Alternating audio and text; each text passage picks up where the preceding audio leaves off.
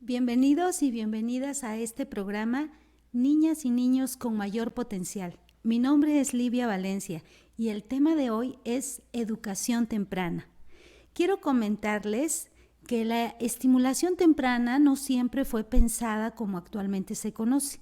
Actualmente, pues muchas escuelas tienen implementados programas de estimulación temprana. Sin embargo, en sus orígenes, la estimulación temprana básicamente era un programa de compensación, buscando ayudar o contribuir en el desarrollo de niños y niñas que habían nacido con algún tipo de trastorno o alguna situación o condición que necesitaba apoyarse. Entonces surgen investigaciones dentro de las cuales se logra descubrir de qué manera apoyar a estos niños o a estas niñas. Estas investigaciones en general tienen un corte biológico y fueron enfocadas de alguna manera a una acción terapéutica, porque al descubrir de pronto, por ejemplo, niños Down, niños con otros problemas motores o niños que habían tenido problemas en el nacimiento por falta de oxigenación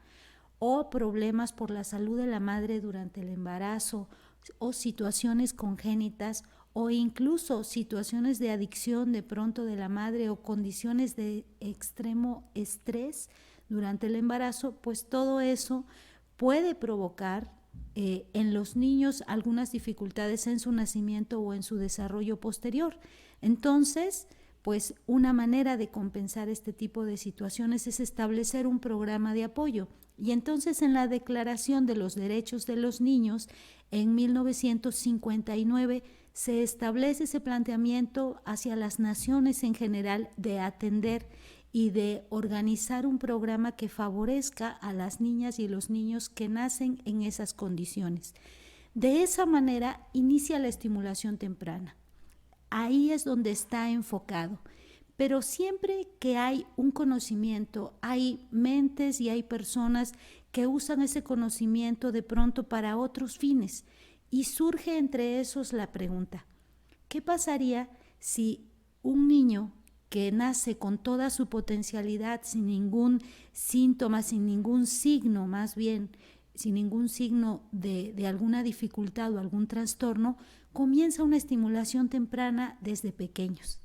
Y entonces comienzan a haber estudios, hay muchas vertientes, hay más de 15 vertientes distintas con respecto a los enfoques de qué hacer y cómo estimular a los niños y a las niñas que no nacieron con algún trastorno, niños y niñas que nacieron, digamos, entre comillas, normales con todo su potencial. Y algunos estudios se comienzan a hacer en varios países. Uno de ellos en América Latina, el primer programa que se enfoca directamente de manera escrita a atender la estimulación temprana, es en el país de Chile.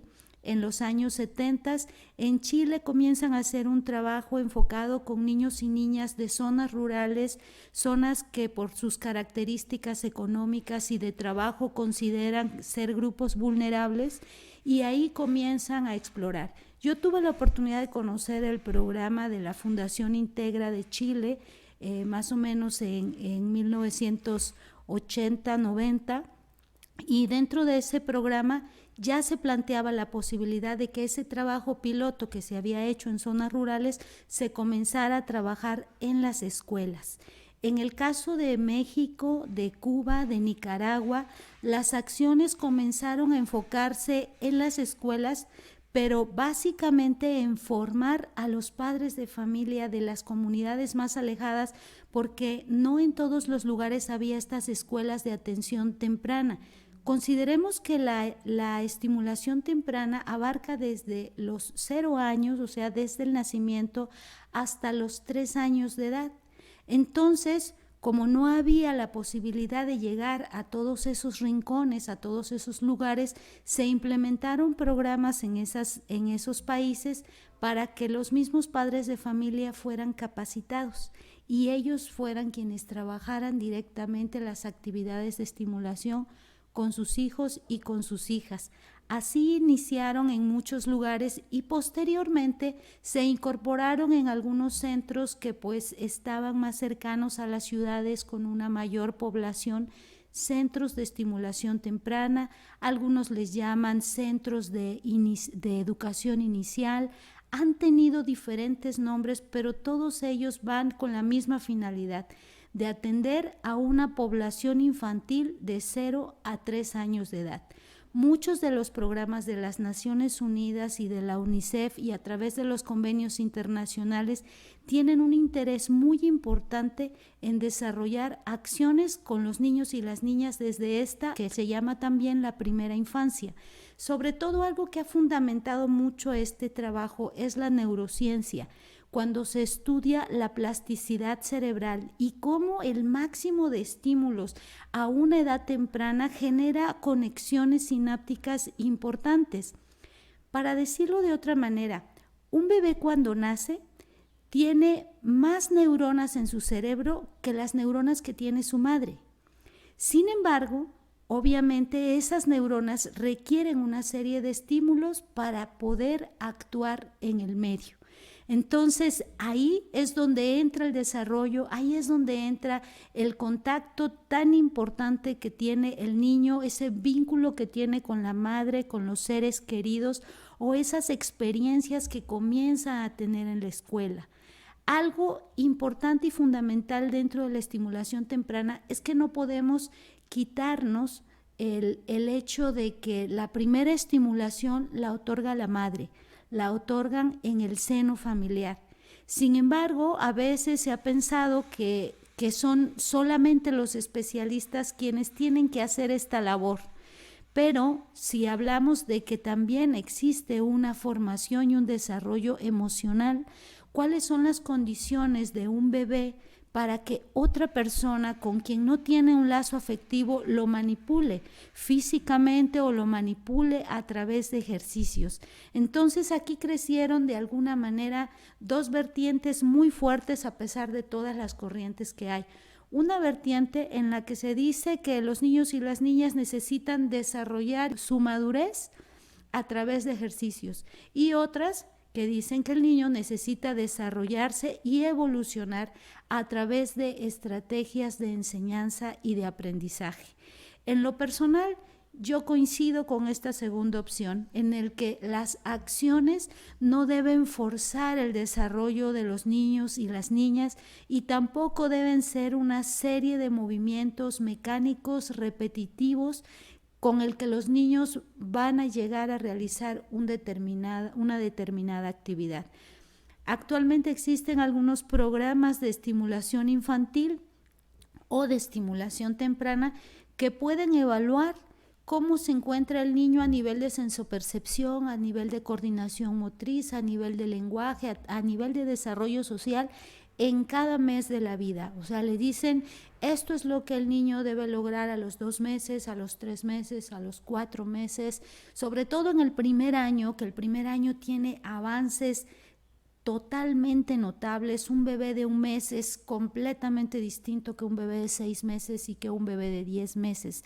Entonces, en esta edad de los 0 a 1 año se van dividiendo en trimestres, en bimestres y algunos en ocasiones los dividen en meses. Pero, ¿qué pasa con un factor muy importante? El factor cultural, el factor de la familia, de la sociedad, del entorno del niño. ¿Quién puede decir qué acción es normal y qué acción no es normal?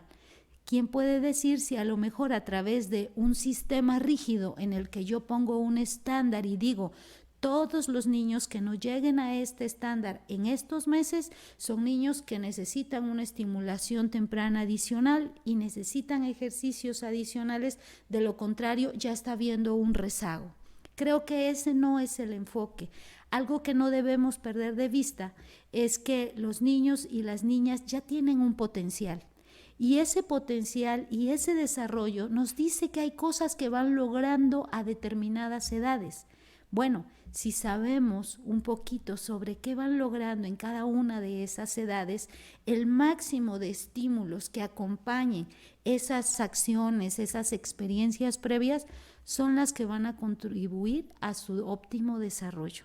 Entonces, la plasticidad neuronal de la que se habla, que es muy importante, significa que ese niño, esa niña, a través de esa serie de experiencias que va teniendo, tiene una capacidad de adaptación al medio y a las situaciones. Esta es una condición que con los años se va perdiendo, y a veces por eso algunas personas ya grandes, algunas personas maduras, se resisten a algunos cambios, les cuesta más trabajo adaptarse a una o a otra situación y se sienten más cómodos en su mismo medio, en su mismo entorno. Pero los bebés no son así. Los bebés están en ese máximo potencial de desarrollo, y los sonidos, los sabores, los aromas, los tonos de voz, la música, los colores, las texturas, todo eso forma parte de esa estimulación necesaria para que distintos foquitos de su cerebro, distintas partes de su cerebro se iluminen con esas experiencias.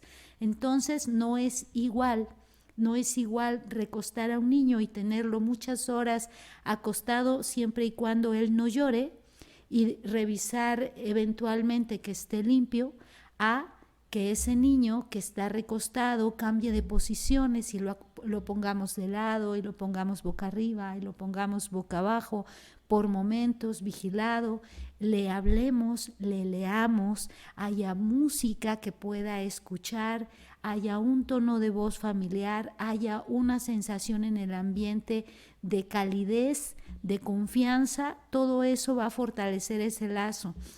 Hay estudios difíciles de creer que algunos se han llevado a las pantallas de cine, como en el caso de Mowgli, el niño que es recogido y alimentado por los lobos. Pero hay estudios en la India donde efectivamente han ocurrido fenómenos así, en el que ese niño, por alguna situación, o en el caso de unas gemelas, por alguna situación, fueron creados por algunos animales. Y al ver la edad cronológica cuando los descubren, pues se dan cuenta que hay muchas cosas que son características propias de nosotros como humanos que ellos o ellas ya no tienen. Entonces, aquí algo muy importante que hay que decir es que la acción educativa a temprana edad ayuda y contribuye a que esas conexiones cerebrales, esas sinapsis, tengan máximas posibilidades. Y eso permite, ahora sí que un conocimiento parte de sus reflejos heredados, pero se logra una experiencia, y esta experiencia es la base del siguiente aprendizaje. Entonces, cada aprendizaje es un peldaño interconectado a nivel neuronal que nos va a permitir un nivel de desarrollo óptimo. Entonces, en la estimulación temprana no se trata de desarrollar o de forzar el desarrollo y de llevarlo a un plano en el que el niño sufra esa práctica o sufra esas repeticiones. De hecho, hay de alguna manera un consenso en el sentido de que los niños menores a 3 meses no deben hacer una práctica de alguna actividad o de algún ejercicio por más de 1 minuto. Pueden hacerlo 1 minuto repetidas veces en el día, pero no 5 minutos, 6 minutos de una repetida actividad, porque mientras para nosotros mover el brazo requiere una determinada energía, en el caso de los niños y las niñas, mover el brazo que no está acostumbrado a mover, que no tiene todavía un control muscular de su mano, o que todavía sus manitas no alcanzan a tomar los objetos que ellos quisieran o que están cercanos, implica un gran trabajo a nivel cerebral que genera fatiga.